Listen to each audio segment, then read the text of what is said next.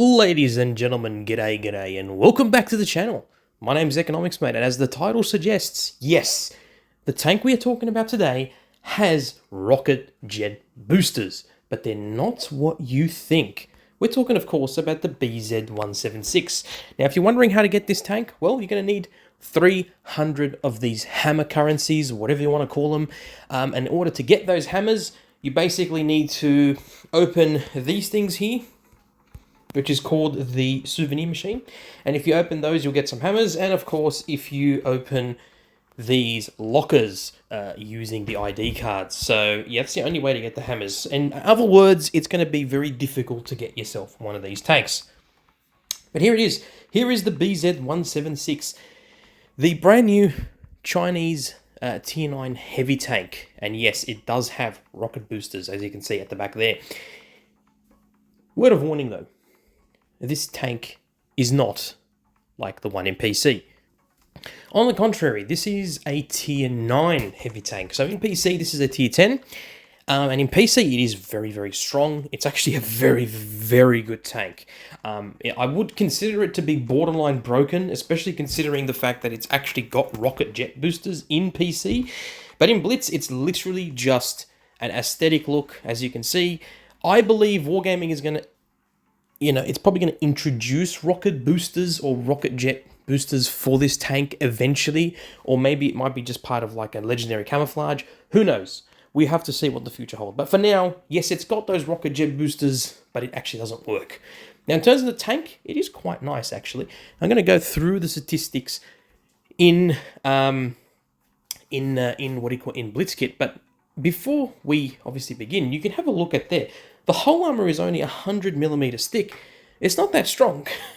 It's not that strong. The side armor is 100, which means it's, it might be good with side scraping, but the actual whole armor itself doesn't have a lot of armor. The turret is pretty strong at 192 millimeters of thickness and 110 on the sides.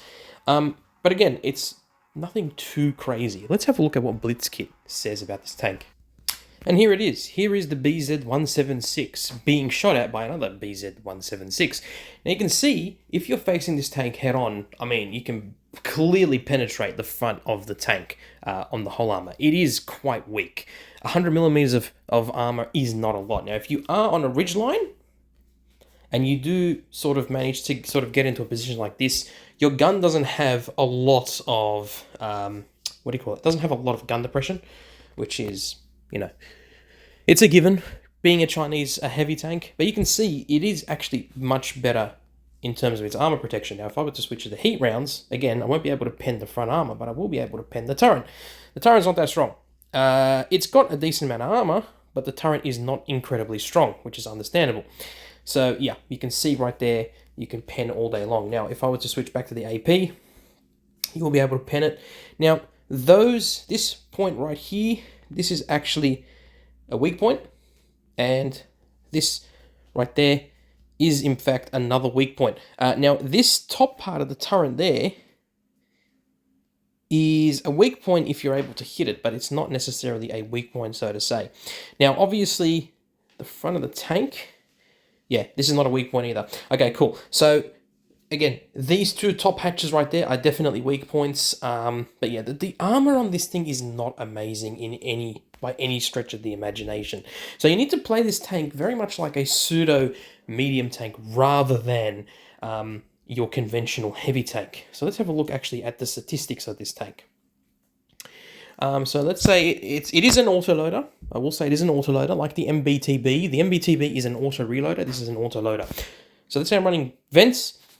Okay, and I'm running full provisions. What will be the, the DPM on this thing? So it's got 2184 DPM at its maximum, running full provisions and everything, and vents. It's got 2 shells in its clip. It's got 22.77 second reload for the whole clip. Okay, it's got a 8-second interclip reload, which is, it's quite bad. It's quite bad. Let's face it, that's pretty subpar. To be honest with you. It does have 240 mils of penetration on its AP rounds. On heat, it's got 305, which is quite nice. And on its HE, it's got 62. which is half decent indeed. It does 560 alpha, which is quite nice, actually, for a tier 9 heavy. It's quite nice. Your clipping potential is about 1120, realistically speaking. So it is 1120, your clipping potential.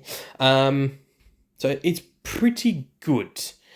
In terms of aim time, it's a 2.10 second aim time, which is not bad. It's not bad. 0.03394 dispersion, which is quite nice. It's, again, not bad. 6 degrees of gun depression, again, cool. And 15 degrees of gun elevation. So it doesn't have a lot of gun depression, which means you can't really put this on a ridgeline and just basically go through there. You won't be able to do that whatsoever. So the gun is decent. It's not amazing. I believe it's a... Does it tell you what kind of caliber it is? It should tell you what kind of caliber it is. Let's have a look. Ah, yeah, there we go. It's a 160mm caliber. I mean, sure, it's a 160mm, but it doesn't actually do 160 alpha. It doesn't actually do what a 160mm gun would do in terms of alpha damage. It's a bit weird. I don't know. Yeah, that's the statistics on the tank. Let's have a look at actually how the tank performs in a battle. And of course, here we are watching my good friend, Daddy Destroyer, aka Mike, playing on Black Goldville, and he's playing in his BZ-176. Look, I like the look of this tank. It's cool. It's very narrow. I should probably say it's very stout.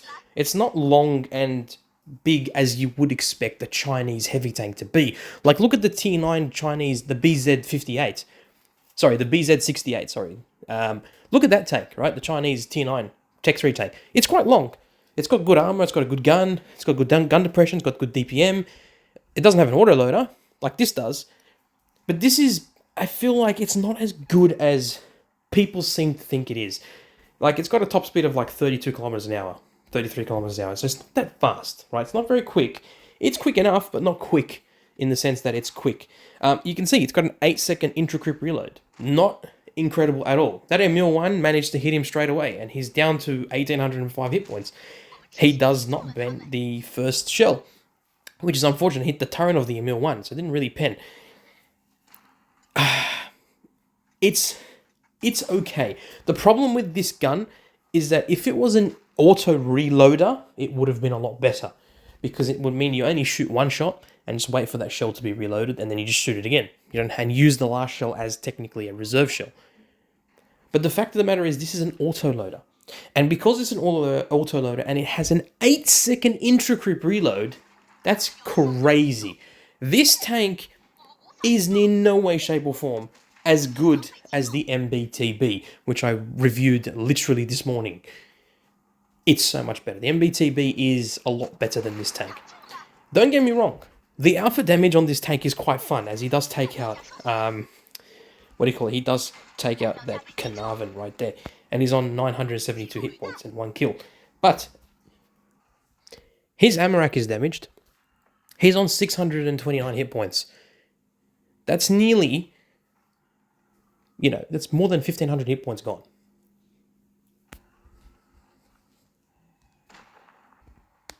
Honestly, it's difficult to see how he's going to be able to get out of this, not only alive, but actually do pretty well in this match. His team are down 3 tanks. The enemy team is down 2 tanks. He doesn't have barely any hit points left, especially considering he is top tier. So that goes to show you just how piss poor this armor profile is. He does get a very nice shot there, 697 alpha damage into the size of that BZ-176 as well. And, well, he's dead. He got ammo racked by the ISU-152. So it goes to show, I think this tank does have a really bad ammo rack. Interesting. He does choose to reload his last shell, which is understandable. He's on 1,669 hit points. There's only 3 tanks on his team and 3 tanks on the enemy team. The Emil-1 sees him and decides to, for some reason, just stay there instead of going and actually killing him. But he does kill the ISU-152. So, interesting name, by the way, Call of Duty Mobile. Oh, he gets a nice 596 alpha shot into the side of the Emil-1. Yeah, the Emil-1 doesn't have a lot of armor on the sides. So you can pen it pretty easily if you have enough. If you have a big enough gun, you'll be able to overmatch it pretty easily. He's on 1 shell left. He's on 2,295, 65 damage. He's only bounced 320 alpha. It's pretty crazy to think. Oh, he's trying to switch with HE, but he gets a nice 5.76 alpha shot. He is on a long reload now. Can he get a bounce? Oh, Tiger 2 came in clutch there, killing that Emil 1. Good on you, Mr. Teammates. That's exactly what teammates are supposed to do. They're supposed to help out those low hit point targets. He's on a long reload. He's only got 3 seconds left to reload his clip. Can he get a nice HE shot into that? Oh, he gets a nice shot there, 677. Oh my god, that's so careful. That's so lucky there. Gets a bounce. Can he get a high roll? Yes, he can. 633, and the Tiger 2 finishes him off. This is very nice teamwork right now. The KV4 is coming up. The Tiger 1 is on. The Tiger 2 is on one. Basically, is a one shot for the KV4, and he kills him. The KV4 does kill the Tiger 2. Oh. The shark saying, come on, you got this, yes. Is it the shark? What is that? Yeah, it's the shark. Here we go. Oh, 700 high roll. Oh my god, can you get a bounce? Can you get a bounce? Oh my god. He's on 8 hit points. Yes. Oh my god, that was clutch as fuck. Oh my god. He left him on 8 hit points and he gets the last kill. Oh my god. Mike, you legend. 4,985 damage, 2 killed, mastery. He gets the high the high caliber. That was hilarious. Look at that. Look at his credits. 238,000 credits. That's insane. Look at you, Daddy Destroyer. You absolutely made a tank that is basically average at best look fantastic on the battlefield. Oh my god, that KV4 got so unlucky with that last shot. Literally low rolling. And wow, that's crazy. That is insane. What a match that was. From losing basically all of his hit points at the beginning of the match to getting really, really lucky high rolling shots to getting a bounce, or rather a low rolling shot from the AMX and a low rolling shot from the freaking KV4, and having that Tiger 2 assist in those kills. Oh, wow, that match had everything. And there you go, that is the BZ-176. Do I think it's a good tank? No. Do I think it's fun to play? Possibly, with the big alpha and the derp. Yeah, it is kind of fun. Do I think it's worth getting if you do have enough hammers? No, I would probably go with the MBTB, to be honest with you. Although, to be honest with you, I probably won't even bother gambling for either of these tanks because they're going to come out anyway for gold or for crates. They're going to be in crates, so who knows. Anyways, guys, hope you enjoyed the video. Hope this gives you an insight on the BZ-176 and what my opinions are on this tank. And, yeah, as far as the tank looks, it looks cool, but I don't think it is anything to cry home about. I think it's... Again, it's average at best. You know, just looking at the way it plays, looking at the playstyle, looking at the statistics, it's nothing amazing. I know some people have said, oh, this tank is actually pretty amazing. No, it's not. It's not. If you can lose all your hit points as a heavy tank at the beginning of the match without even trying, like, dude, it's crap. The armor profile on this is crap. Anyways, guys, hope you enjoyed that video. Don't forget to let me know in the comments down below what you think of the BZ-176. And, yeah. Anyway, it is what it is. I don't know about this tank, to be honest with you. It's cool and all, but it's not worth it. It's not worth it whatsoever. I'll see you all later, ladies and gentlemen. Look after yourselves. Look after your friends and family. Stay safe on the battlefield. Peace in the Middle East. And to all my donators on streams, thank you so much. And to all my channel members, thank you. And Token Porn, thank you very much, my brother. Go check out his channel in the description below. And I'll catch you all in the next one. Peace out.